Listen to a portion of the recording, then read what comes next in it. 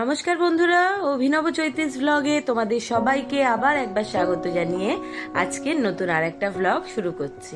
তোমরা সকলে কেমন আছো, কে কোথা থেকে আমার ব্লগগুলো দেখছো আর দেখে কেমন লাগছে সেটা অবশ্যই কমেন্ট করে জানিও। ভালো লাগলে লাইক করো, বন্ধু বান্ধবের সঙ্গে শেয়ার করো। যারা ইউটিউব থেকে দেখছো তারা চ্যানেলটাকে সাবস্ক্রাইব করে দিও, পাশে থাকা বেল বাটনটাকে অল করে দিও। আর যারা ফেসবুক থেকে দেখছো তারা পেজটা অবশ্যই ফলো করো। আজকে রবিবার, সকালবেলা জলখাবার সেরে ঘরের টুকিটাকি কাজ সেরে এখন ঘড়িতে প্রায় বেলা 11টার মতো বাজতে যায়। আর দেখে বুঝতেই পারছো চলে এসেছি বাজারে, কারণ আজকে তো বাজারে রঙে পিচকারিতে সারা বাজার ছেয়ে রয়েছে। দেখতেও যেমন সুন্দর লাগছে আর মনটাও বেশ ফুরফুরে, কারণ এই দোল উৎসবটা আমার মনে হয় বাঙালি অবাঙালি সকলেরই খুব কাছের, খুব পছন্দের একটা উৎসব। সকলেই এই দোলটাকে ভীষণভাবে মন থেকে খেলতে ভালোবাসে বা এই দিনটাতে আনন্দ করতে ভালোবাসে। আর যেটা আরও একটা বড় কথা, মনে হয় আমরা যারা সনাতন ধর্মী তাদের কাছে তো এটা সবচেয়ে বড় দিন। যারা খ্রিস্টধর্মী বা যারা খ্রিস্টান তাদের কাছে যেমন 25শে ডিসেম্বরটা, আর আমাদের সকলের কাছেই মনে হয় এই দোল উৎসবটা হচ্ছে আমাদের কাছে বড়দিন হিসাবে। তো সকালবেলা জলখাবার সেরে নেওয়ার পরই দাদা বলল চলো আজকেই যাই, রবিবার যখন, আর কালকে আবার কখন কি যাব। তারপর রিকও যাবার জন্য একটুখানি বায়না করছে, সেটা পরে বলছি। তাই জন্য সকালবেলা এসেই মানে জলখাবার সেরেই ঝটপট করে বেরিয়ে এসেছিলাম বাজারে। এখান থেকে কিছু পছন্দ করে রং আবির কিনে নিয়েছি।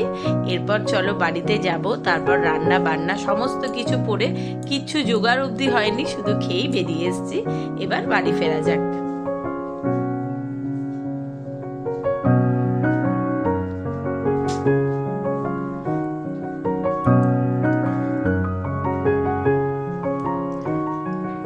রং আবির নিচ্ছি, তারই ফাঁকে আবার দেখছি কি সুন্দর রকমারি চতুর্দিকে মুখোশ। মানে মুখোশের দেখলে হঠাৎ করে ভয় লেগে যাচ্ছে, এক একটা এক এক ধরনের। আবার পাশের দোকানটাতে দেখছিলাম একটা মুখোশ চলছে, তার এত লম্বা চুল, দাড়ি, সানগ্লাস পরা, দেখতে কিন্তু দারুণ সুন্দর লাগছে। এইগুলো এখন লাস্ট কিছু বছর ধরে ভীষণ রকমভাবে উঠেছে। আর দোলের দিনকে বেশিরভাগ লোককেই দেখি এরকম পরে ঘুরে বেড়াচ্ছে, দেখতে খানিকটা বেশ সুন্দর ভূত ভূত টাইপের লাগে। এই দেখো, এই মুখোশটার কথা বলছিলাম। মোটামুটি যা দরকারি জিনিস সবই নেওয়া হয়ে গেছে, শুধু পড়ে রয়েছে মট আর ফুড কড়াই, ওটা নিয়েই এবার বাড়ি ফিরবো।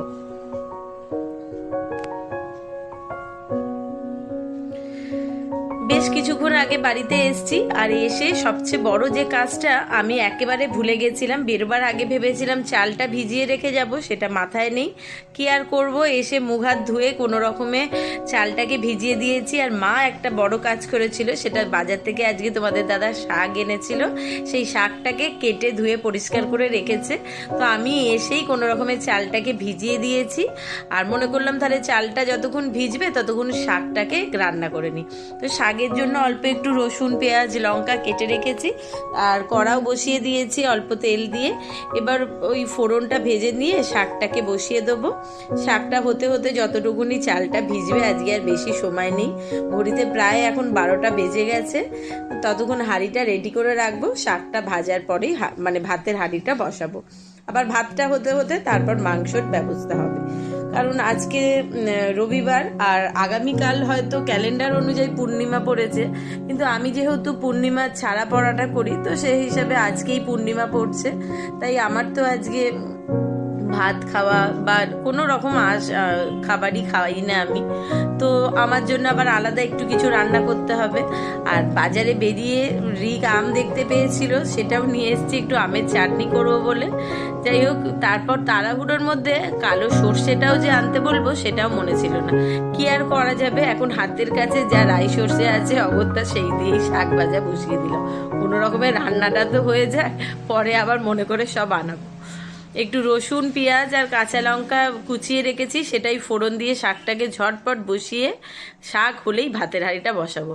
কারণ এই রান্নাগুলো হবে, তারপর আবার গ্যাস পরিষ্কার হয়ে তারপর আমার রান্নাটা যে কতক্ষণে করে উঠবো জানি না। আর সবচেয়ে বড় কথা কি, আজকে সকালবেলা আমি যখন বেরোচ্ছিলাম তখন স্নানও করে বেরোইনি, সেটাও বাকি রয়েছে। যাই হোক, কোনো রকমের রান্না কাজ করে তারপর ওইদিকে যাব। কিন্তু এত কিছুর মধ্যেও মনটা একটু খারাপ লাগছে এই কথা ভেবে। রিক কদিন ধরে ভীষণ রকম বায়না ধরেছে, ও এবছর দোলে যাবে আমার ছোট পিসির বাড়ি।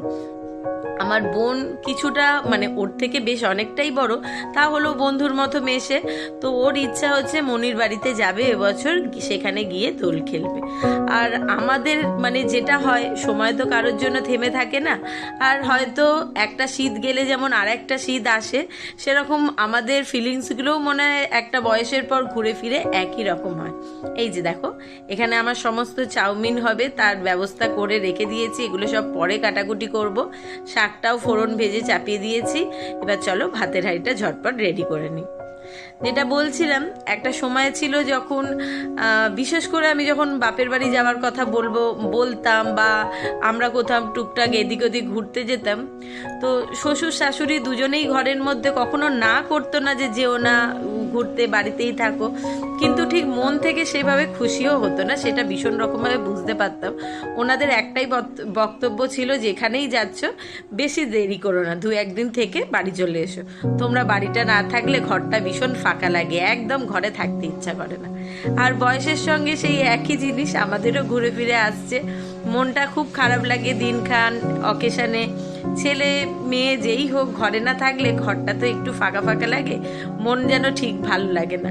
আর আমার ঘরে লোকই বা কে আছে বলো, এই তো 2-3 জন, তার মধ্যে একজন কোথাও বেরোলে ভীষণ ঘর ফাঁকা হয়ে যায়।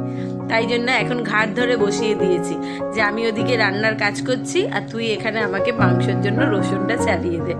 তো দেখতেই পেলে শাকটা নাবিয়ে নিয়ে ভাত বসিয়ে দিয়েছিলাম। রিক রসুন ছাড়িয়ে দিয়েছিল মাংসের জন্যে, আর আমি পেঁয়াজটা রেডি করে রেখেছি, আর সেটা মিক্সিতে পেস্ট করে পেঁয়াজ রসুনটা ভাজতেও বসিয়ে দিয়েছি। এবার একটু দইটা বার করে রেখেছি, ওটাকে ফেটিয়ে নিয়ে কষাবো। তারই ফাঁকে হাত ফাঁকা করে চিকেনটাও ধুয়ে পরিষ্কার করে রেখেছি।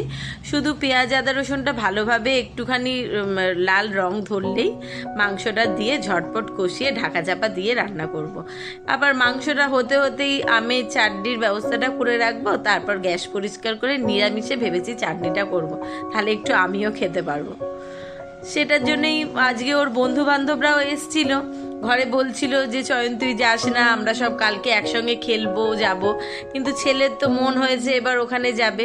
যদিও যাবে, তাতে আমাদের সেরকম খুব একটা যে আপত্তি আছে এমন ব্যাপার নয়। কারণ যে পিসির বাড়ি যাবে, মানে আমারই খুব নিজের ছোট পিসির বাড়িতে, যার কাছে আমরাও ছোট থেকে বড় হয়েছি, মানে তার কাছে খাওয়া, স্নান করা, ঘুম পাড়ানো, সমস্ত কিছু অনেক রকম স্মৃতি নিয়ে বড় হওয়া।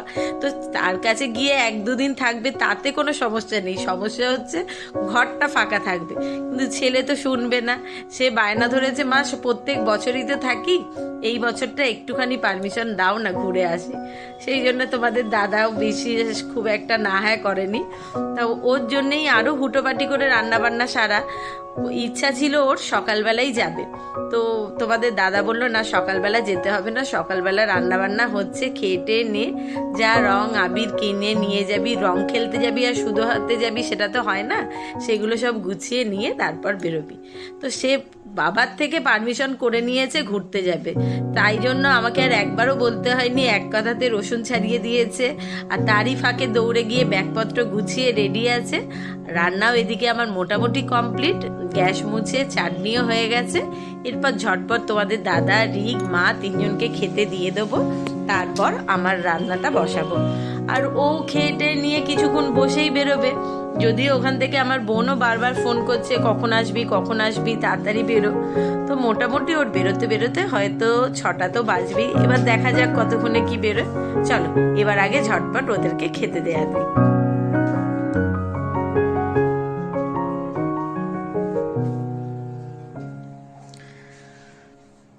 ওদের খেতে দেয়া হয়ে গেছে, আমারও মোটামুটি সব কিছু কাজ কমপ্লিট।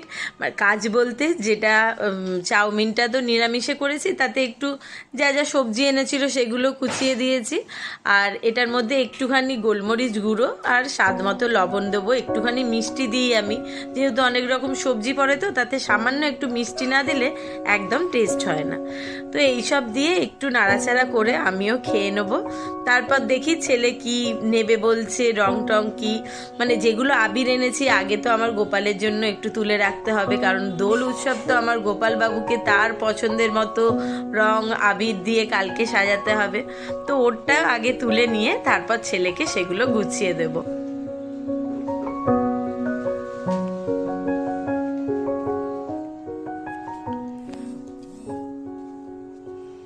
একটা সময় ছিল যখন আমরাও ছোট ছিলাম, আর আমাদের ছোটবেলাতেও দোলের সময়তে ভীষণ রকম মনে পড়ে আজকের দিনটা খুব ন্যাড়াপোড়া যে হবে, সেই জন্য আত্মহারা হয়ে থাকতাম। সন্ধেবেলা কখন জেঠু অফিস থেকে ফিরবে, সব ভাই বোনেদের নিয়ে যাবে মাঠে ন্যাড়াপোড়া করতে। আর আজকে আবার আমাদের দিন শেষ। এই যে ছেলে রেডি হয়ে গেছে, বেরোচ্ছে, তোমাদের দাদা নিচে গাড়ি নিয়ে রেডি আছে, ওকে বাসে তুলে দিয়ে আসবে। ওই যে তো কলকাতার ওদিকে বিভিন্ন জায়গাতেই বড় বড় ন্যাড়াপোড়া চাচর হয়, সেগুলো ও দেখতে পাবে। আমাদের এদিকে তো এখন ন্যাড়াপোড়া বলতে খুব কম হয়েই গেছে, খুব একটা দেখতেও পাওয়া যায় না, কিন্তু আমার বাড়ির পাশেই কিন্তু খুব বড় করে চাচর জ্বলে, আর সেখানে অনেকে অবাঙালি যারা পাশে থাকে তারা বিভিন্ন রকম তাদের রীতি অনুযায়ী পুজো আর্চা করে, সেগুলোও তোমাদের দেখাতে নিয়ে যাব। ছেলেকে পৌঁছে দিয়ে আসবার পর ওকে বাসে তুলে দিয়েছিল, আর ছেলেও মোটামুটিও বলেছে ওখানে পৌঁছে আমাকে ফোন করবে। তো আমি মনে করলাম ঘরে বসে কি করব একা একা, তার থেকে বরং একটুখানি রেডি হয়ে দেখে আসি ন্যাড়াপোড়া করা। এখানে দেখতে পাচ্ছ সুন্দর করে সব কিছু সাজিয়ে রেডি করে রেখেছে, কিন্তু এখানে এসে যেটা জানতে পারলাম ওনাদের মানে তিথি অনুযায়ী রাত্রিবেলা 10:40 নাগাদ চাঁচরটা জ্বালানো হবে। তার আগে এখন ঘড়িতে প্রায় 8:30 পৌনে 9টা মতো বাজতে যায়। ওরা সব সাজিয়ে গুছিয়ে রেডি করে রেখেছে, আর ওদের রীতিতে যেমন যা পুজো করবার সেগুলো করে নিচ্ছে। তো এখন আর দাঁড়িয়ে কি হবে, চলো বাড়ি ফেরা যাক, যখন জ্বালাবে তখন বরং এসে দেখবো, আর অবশ্যই তোমাদেরকেও দেখাবো।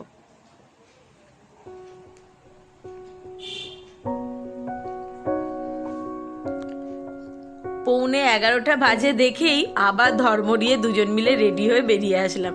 যদিও আমি জামা কাপড় পরে রেডিই ছিলাম, তোমাদের দাদা বলে রেখেছিলাম যে আজকে কিন্তু রাত্রির হলেও যাব। তো যখন দেখলাম পৌনে 11টা বাজে, তখন বললাম যে এতক্ষণে নিশ্চয়ই জ্বালিয়ে দিয়েছে, চলো গিয়ে দেখে আসি। আর এসে দেখি বেশ অনেকক্ষণ আগেই জ্বালিয়েছে, আর বেশ অনেকটা জ্বলেও গেছে। আর ওদের যেমন রীতি অনুযায়ী সব দেখছি বড় বড় ঘুঁটের মালা, তারপর আখ, শুকনো যেগুলো ছোলা শাক হয়, জানি না কি ওদের নিয়ম, সেগুলো সব দিচ্ছে। এই দেখো সব বড় বড় হাতে আখ নিয়ে দাঁড়িয়ে রয়েছে। আর এই ন্যাড়াপোড়া দেখলে বিশেষ করে যেটা মনে হয় ছোটবেলা যেন কি আনন্দের একটা দিন ছিল। জেঠু অফিস থেকে আসবে, আমাদের সব ভাই বোনেদেরকে নিয়ে মাঠে যাবে ন্যাড়াপোড়া করতে, আর ন্যাড়াপোড়া হয়ে যাওয়া মানেই তো কোনো সকাল, মানে সেই মুহূর্তটা থেকে পরের দিন সকাল অবধি অপেক্ষা করা, কতক্ষণে রাত কেটে ভোর হবে, একটু বেলা হবে, জলখাবার খাওয়া হয়ে গেলেই সব ভাই বোনেদেরকে নিয়ে জেঠু যাবে রঙের বালতিতে রং গুলতে, আর আমাদের শুরু হয়ে যাবে দোলপুর যাত্রা, মানে দোল পূর্ণিমাতে আনন্দ করে হই হুল্লোড় করে রং খেলা। তোমরাও কেমনভাবে রং খেলো বা খেলছো সেটা অবশ্যই জানিও, আর সেই সঙ্গে প্রত্যেকে খুব আনন্দ করে রং খেললেও অবশ্যই সাবধানে খেলো, যেন কারোর কোনো রকম অসুবিধা না হয়, ক্ষতি না হয়। কিন্তু দোল খেলাটা কিন্তু একদম বন্ধ করো না, কারণ এটা জীবনের সত্যি একটা ভীষণ রঙের উৎসব, সকলের মনকেই ভীষণ মানে নানা রঙে রাঙিয়ে দিয়ে যায়। তো চলো আজকের ভ্লগটা এখানেই শেষ করছি। শুভরাত্রি, টাটা।